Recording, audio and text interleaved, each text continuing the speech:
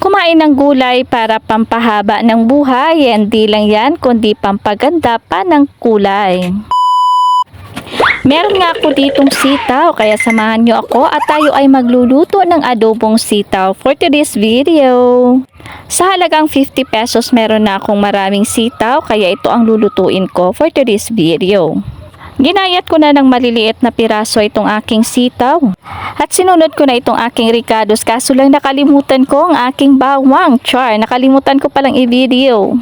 Hinugasan ko na rin yung aking sitaw and then nagpainit na ako nitong aking mahiwagang kawali at nilagay ko na itong aking mga ricados at menekos-mekos ko lang yan. Ganyan ako pag nagluluto, sinasama-sama ko na lang lahat kasi pareho lang naman yan na igisa, diba? So maluluto din yan. Ang importante kasi sa pagluluto is masarap yung niluluto mo, hindi naman yun binabasihan ang procedure niya, diba? Dahil wala nga akong karni ng baboy dito kaya bagoong na lang yung aking nilagay. And then nang maluto na yung aking bagoong, nilagay ko na rin itong aking sitaw at menekos-mekos lang. Sundin nyo lang ang procedure ng aking pagluluto para kahit papano yung ating gulay ay hindi manlanta. Mas masarap kasi sa sitaw guys pag yung medyo crispy pa yung pagluluto nyo. And then nilagyan ko lang yan ng isang tasang tubig, tamang-tama lang dyan para sa papalambot ng ating sitaw.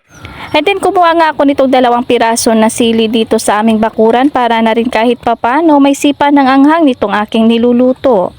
And then naglagay na rin ako dyan ng asin, paminta, toyo, and then itong pork nor cubes.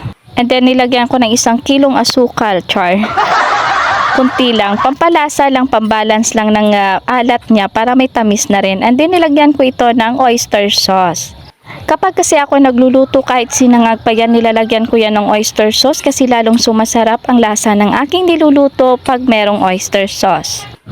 Ayan, at menekos-mekos ko lang yan and then tinakpan ko lang para na rin kahit papano maluto na. Ay naluto na pala, nahuli ako, So ayan, at matapos na, syempre tikiman to the max na kasi nga sabi ko sa sarili ko, hindi muna ako magra-rice ngayon kasi nga diet, diba?